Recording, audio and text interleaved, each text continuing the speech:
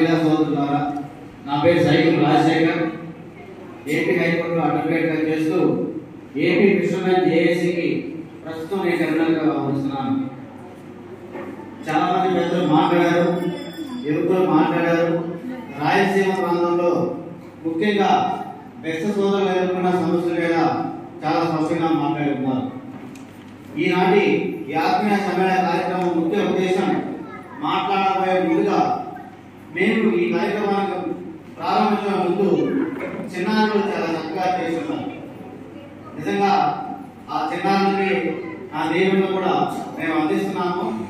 వాళ్ళు ఒకసారి వచ్చి కూడా ఆ తర్వాత అయినా వాళ్ళ పరిచయం కూడా చేసుకోండి. నిజంగా వాళ్ళ చేత వారి చక్కటి కార్యక్రమాన్ని చేపట్టిన తల్లిదండ్రులు కూడా మా నమస్కారాలు తెలియజేసుకున్నాం. పెద్దలారా, ఈనాటి ముఖ్య సమావేశం ఉద్దేశం ఏమిటో మీకు తెలుసు. రాయలసీమ జిల్లాలో సామాజికంగా ఎంతో చైతన్యం కలిగి రాజకీయ గుర్తింపు కూడా లేదు. ఈ విషయం అన్నింటి కూడా మనం గత 20 ఏళ్ళ నుంచి కూడా పెద్ద ఎత్తున ఆందోళన చేపడుతున్నాం. అయినా సరే ఈ రాజకీయ పార్టీలు వాళ్ళ యొక్క ఫ్యాక్షన్ అవసరాలకి, వాళ్ళ యొక్క రాజకీయ కక్షలకి బెస్త కులాన్ని బలి చేస్తున్నారు తప్ప రాజకీయంగా సామాజికంగా మన కులానికి ఒక గుర్తింపు ఇవ్వడం లేదు. అంతకుముందు మన మిత్రుడు చనిపోయినాడు, జలం శ్రీను. ఇదే రాయలసీమ వాదం మీద పనిచేసి అమరుడైనాడు. నేను ఎందుకు చెప్తానంటే ఈ రాయలసీమ గడ్డ నిర్మాణంలో బెస్త లేనిది నిర్మాణం జరగల. ఈ నిర్మాణంలో బెస్తలు ఒక ఉద్యమ పోరాట చరిత్ర ఉంది. అలాంటి గొప్ప కులస్తుల్ని చాలా ఉద్దేశపూర్వకంగా, కుట్రపూర్వకంగా, సామాజికంగా వీళ్ళు పైకి రాకుండా చేస్తున్నారు. నేను రాజకీయ పార్టీలకి కాలు కడిగే 2వ తరం నాయకులు కూడా ఈ సందర్భంగా నేను హెచ్చరిస్తున్నాను. మీ రాజకీయ పాలేదనాన్ని ఎక్కడితో నిలుపుదల చేయండి.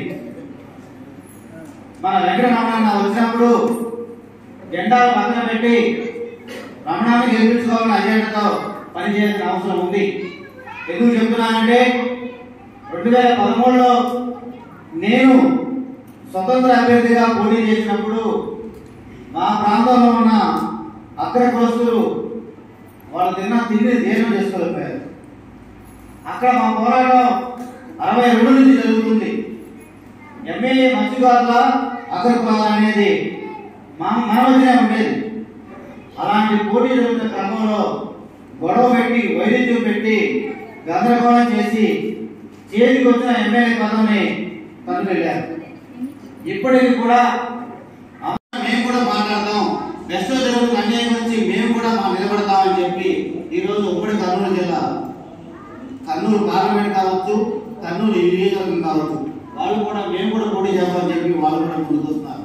అట్లాగే ఇంకోటి చెప్తున్నా, శ్రీకాకుళం పార్లమెంట్ కూడా మనం పోటీ చేయబోతున్నాం, విశాఖపట్నం పార్లమెంట్ పోటీ చేయబోతున్నాం, రేపలు కూడా మనం పోటీ చేయబోతున్నాము. వీటిలన్నింటితో పాటుగా ఏ పార్టీలు అయితే మధ్యకారులకి సీట్లు ఇచ్చినాయో వాళ్ళందరినీ కూడా గెలిపించుకుని మన సమస్యలు మన పరిష్కారం కోసం మనం పనిచేస్తున్నాం. ఇవన్నీ ఎందుకు చెప్తున్నానంటే ఇప్పుడు మేము కావచ్చు, అన్నయ్య కావచ్చు, ఇంకా సుక్కు రవీంద్ర లేకపోతే శ్రీనివాస్ గారు కావచ్చు, లేకపోతే మంత్రిగారు కావచ్చు, మేము ఇంట్లో కూర్చుని మా వ్యాపారాలు కావచ్చు, మా ఉద్యోగాలు కావచ్చు చేసుకుంటే మాకు ఎటువంటి ఇబ్బందులు ఉండవు. అని ఎందుకు చేస్తున్నామంటే చదువుకుని ఇంతవరకు వచ్చిన తర్వాత ఎంతో కొంత చైతన్యం తీసుకొచ్చి మన సామాజిక వర్గానికి న్యాయం చేయకపోతే మా చదువుకి న్యాయం చేసినట్టు కాదు. అందుకు మేము ముందుకు వస్తున్నాం. మా శక్తి సరిపోవడం లేదు, మీరు కూడా రావాలి.